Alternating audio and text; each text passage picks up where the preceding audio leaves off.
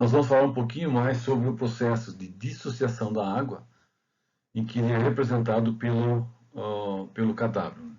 Então, o KW é o produto iônico da água que representa a concentração do H3O+, multiplicado pela concentração da hidroxila.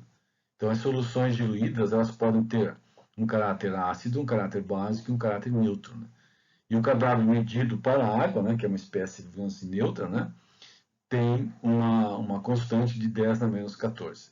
Isso significa que se você agora quer saber, então, qual é a concentração do H3O+, e da hidroxila, OH-, numa solução neutra, você vai encontrar 10 na menos 7 para cada um. As soluções ácidas e básicas, elas têm, então, uma diferença de concentração entre uma espécie e outra. Né? Então, o que nós vamos perceber é que, nas soluções diluídas, você pode variar a concentração de um ou de outro pela adição da substância com caráter oposto. Então, se nós temos uma solução ácida, significa que a concentração da H3O+ é maior do que da hidroxila. Do mesmo modo, uma solução básica, agora é o inverso. A concentração de OH é superior à concentração de H3O+. Bom, independentemente dessa variação, né, o produto iônico dela sempre dá um valor de 10 na menos 14 a 25 graus. A outra questão é que você pode modificar o teor ácido ou o teor básico da solução pela adição externa, né, de uma substância com comportamento oposto. Então, por exemplo, uma solução ácida você pode neutralizá-la adicionando lentamente uma solução básica. Então, você vai mudando o caráter, né, a acidez relativa ou a basicidade. Então, para medir a acidez ou a basicidade de soluções aquosas, observando que esse conceito está sempre preso ao conceito de Arrhenius, né, foi proposto uma escala de pH. Né? E a escala de pH é, na verdade, uma forma muito inteligente que foi proposta pelo químico dinamarquês, o Peter Sorensen, né? Em que ele, ao invés de trabalhar com valores das constantes de KW, coisa assim, ele trabalha com valores na escala logarítmica. Então, são números mais fáceis de serem discutidos. Né? O pH é um número adimensional.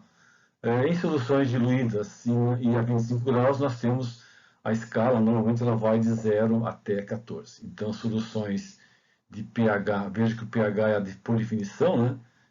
Você tem a concentração da espécie do íon hidrônio, então você tira o logaritmo delta e encontra o pH. Então, a faixa de pH é de 0 a 14, e quer dizer então que em 7 é o pH neutro, porque as duas concentrações são iguais, como observado pela expressão aqui. E quando o pH é abaixo de 7, tu tem uma solução ácida, e acima de 7 tem uma solução básica. Você, na verdade, não deve dizer o pH de uma solução o pH está ácido, ou o pH está básico. O pH não está nem ácido nem básico, o pH é um número, né? É um número que diz o quanto que a solução está ácida ou a solução está básica. Então, a questão de ser básica ou de ser ácida é uma propriedade da solução e não da escala. A escala é apenas um número que vai nos dizer, olha, essa solução é básica, essa solução é ácida ou essa solução é neutra. Então, é uma alternativa muito interessante, né? Muito fácil de ser aplicada, né? Para medir a acidez e a basicidade de soluções diluídas, ok? Como que nós medimos e avaliamos, enxergamos a acidez ou a basicidade de soluções aquosas? Em geral, elas são incolores, então a visão não seria a melhor forma. Mas existem substâncias na natureza que respondem, né, a esse efeito da mudança de pH. Então, tem substâncias, são corantes, que mudam de cor. Então, o que se faz? Se pega um papel e se faz a impregnação nesse papel desse corante, que é capaz de responder. Ele é sensível à mudança da acidez no meio. Então, por exemplo, o papel tornassol, que é famoso, né, em colégios, em laboratórios, né, ele é um papel que está impregnado. Né, então, aqui tem um exemplo, né, uma fita que está impregnado com um corante, uma mistura de corantes, na verdade, E o corante principal dessa mistura é o fenoxazona, que é essa molécula que tem uma certa complexidade, mas que ela tem sítios que respondem à acidez ou à basicidade. Então, dependendo da acidez do meio, o corante tem uma cor vermelha ou uma cor roxo azulado. Então, o papel tornassol ele é vermelho no meio ácido, e ele é azul ou roxo azulado no meio básico. Então, veja, essa forma intermediária, né, ela não tem nem o próton no nitrogênio, nem a carga negativa no hidroxilo. Mas no meio ácido, então quando o composto está em meio ácido, ele é protonado no átomo de nitrogênio, formando o sal correspondente de amônio aqui. Este sal é que responde a uma cor característica, então ele é vermelho. Então, o que é, na verdade, o indicador ácido-base? É uma espécie que se transforma, que é protonada ou desprotonada. Então, a resposta do indicador nada mais é do que uma reação ácido-base, uma transferência de próton. Está com o próton, forma uma espécie colorida com uma cor específica. Quando agora você pega a mesma espécie e adiciona no meio básico, então removendo o hidrogênio do fenol, o que acontece aqui? Tu vai ter uma carga negativa nessa região da molécula. E isso está em equilíbrio, né, com a outra carbonila no extremo aqui. Então, as espécies negativas darão uma cor característica, e essa cor é azul. A espécie positiva, que é o sal de amônio, ela tem uma outra cor, que é o vermelho. Então, por isso que se diz, né, que a sensibilidade do indicador é uma característica própria dele. Né? Ele vai responder ao meio. Então, se pega água neutra, coloca uma fita do indicador na água neutra, terá uma cor. Por exemplo, aqui, 7. Se essa cor vai mudando mais para o roxo ou mais para o vermelho, tanto tem um meio mais básico ou um meio mais ácido. Claro que aqui são cores, então nós temos um erro aqui que é a nossa capacidade visual de reconhecer essas diferenças de cores. Mas, de qualquer modo, a mudança de cor implica a mudança de acidez ou de basicidade. Então fica claro, né, a forma como nós encontramos para medir, para verificar se as soluções são ácidas ou se são básicas. Assim, se você pegar uma solução de, vamos dizer, de ácido de vinagre, é uma solução ácida, um papel tornassol, o que vai acontecer? Ele terá uma cor característica. Qual é a cor? Vermelha. Por que vermelha? Porque o corante presente impregnado no papel, ele interage com a solução ácida, interage com os prótons disponíveis e ele é protonado, e ao protonar muda a característica espectroscópica do material, fica vermelho. Se agora tu tem uma solução básica, por exemplo, tu pega lá bicarbonato, né? Ou uma solução de NaOH diluída, e mergulha o papel tornassol nessa solução de NaOH, você vai ter, na verdade, uma cor mais para o azul, mais para o roxo. Então, o meio alcalino e o meio ácido. E aí, o meio alcalino é a desprotonação desse grupo aqui, remove o hidrogênio do fenol, forma o fenolato, e agora o fenolato interage através das fórmulas de ressonância. Observem que há uma migração das ligações, né? Então elas entram em ressonância, de tal maneira que a carga negativa se dispersa por um conjunto maior de átomos. E isso vai dar uma cor, e essa cor, para este corante, né, para esse indicador, é azul. Ok? Para nós fecharmos os conceitos de ácido e base, usando a ideia de Arrhenius e a ideia de Bronsted-Lowry, vou falar um pouquinho sobre a equação de Henderson-Hasselbalch. É uma equação interessantíssima que você pode obter facilmente, né, a partir das constantes de equilíbrio, das constantes de acidez. O que ela relaciona? Né? Ela relaciona os valores de pH e pKa e a razão logarítmica da concentração do ácido dissociado, né, que é o A-, pelo ácido não dissociado, que é o HA. E essa é uma maneira interessante de nós avaliarmos, né, como que o pH do meio responde quando nós temos a variação nas concentrações do ácido dissociado e do não dissociado. O pKa é um valor fixo, né? Então, a partir de um determinado ácido, se conhece o pKa, e o que se faz? A variação na concentração do ácido dissociado ou do ácido não dissociado permite uma variação de pH. Então, na verdade, essa é a grande razão dessa equação, né? Para que ela é usada. Né? Então, para estimar o pH de uma solução tampão, lembro que a solução tampão é aquela que o pH é controlado, né? E mais importante, né? Você pode, a partir dessa expressão, calcular em determinados valores de pH qual é a proporção das espécies dissociadas e não dissociadas. Isso quer dizer o seguinte: você pode saber num pH diferente do próprio valor de pKa, então em qualquer pH você pode calcular qual é a espécie que predomina naquele pH que você deseja, se é a espécie dissociada ou se é a espécie não dissociada. Né? Essa expressão aqui, ela é derivada, né? Ela é obtida dessa maneira aqui. Então o que se faz? Tu tem aqui a constante de equilíbrio, faz a multiplicação pelo logaritmo, depois separa os componentes. Então disso aqui tu tem agora uma nova, você reescreve a expressão, tendo o logaritmo de Ka e o log de H+. Lembrando que o log de H+ é o pH, então daqui nós tiramos a expressão que nós queremos, que é pH igual a pK mais o log de A menos sobre A. O que é relevante na equação de Henderson?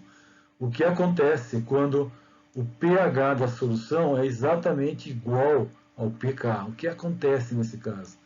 Então, nessa condição de igualdade, a razão entre o ácido dissociado e o não dissociado é exatamente igual a 1. Né? Então, você não tem a predominância de um sobre o outro. O ácido se dissocia, ele vai formar o A- e vai sobrar o ácido não dissociado. Mas quando os dois pH e pK são iguais, a razão entre eles será exatamente igual a 1. Igual. Né? Por isso que é importante agora o que acontece quando um deles se modifica. Ou seja, quando o pH é maior ou menor do pK. O que vai acontecer com isso aqui? Então, como exemplo aqui, né, o aminoácido avalina, que é um aminoácido essencial. Ele tem dois grupos que podem, que são sujeitos, né, à variação de acidez ou basicidade do meio. O grupo carboxílico, né, que é do ácido, a porção ácida, e o grupo amino, né, que é, na verdade, aqui, nessa forma neutra, é uma base, né, mas as aminas, elas estão, em geral, protonadas na forma de sal de amônio. Então, o pKa medido não é do grupo amino, e sim do sal de amônio. O que é o sal de amônio? É o NH3 mais R. Então, o sal de amônio é simplesmente o R, né? Qualquer grupo alquilo ou arila, ligado ao nitrogênio, e agora tu tem os 3 hidrogênios formando assim um sal de amônio. Então, na verdade, o sal de amônio é a espécie ácida, né? Por isso que nós vamos medir, então, a acidez dessa espécie, e ela vale, em termos de valor de pKa, 9,4. O ácido, 2,29, e o sal de amônio, 9,4. A pergunta é aqui o seguinte: no sangue, né, numa solução sanguínea, né, qual que é o pH da solução do sangue? O pH do sangue é na faixa de 6,5 a 7. Então vamos fixar um número aqui, vamos supor numa faixa de pH sanguíneo, digamos de 6,5, tá? 6,5. O que significa isso? Então esse é o pH da solução. pH da solução. Então o que acontece? Nós sabemos que na escala de pH, todos os valores acima de 6,5 representam a solução básica. E os valores abaixo de 6,5 representam a solução ácida. Mas o aminoácido, ele se encontra, ou ele apresenta dois grupos que podem funcionar como base ou como ácido.